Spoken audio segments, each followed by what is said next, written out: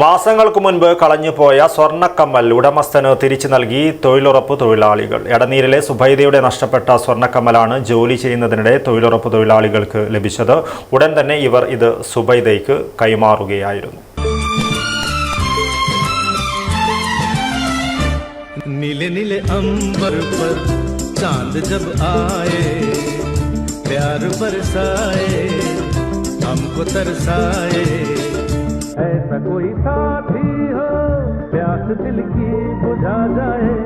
ചെങ്കള പഞ്ചായത്തിലെ എടനീർ വാർഡിൽ തൊഴിലുറപ്പ് പദ്ധതിയിൽ ജോലി ചെയ്യുന്നതിനിടെയാണ് തൊഴിലാളികൾക്ക് സ്വർണ്ണക്കമ്മൽ വീണുകിട്ടിയത്.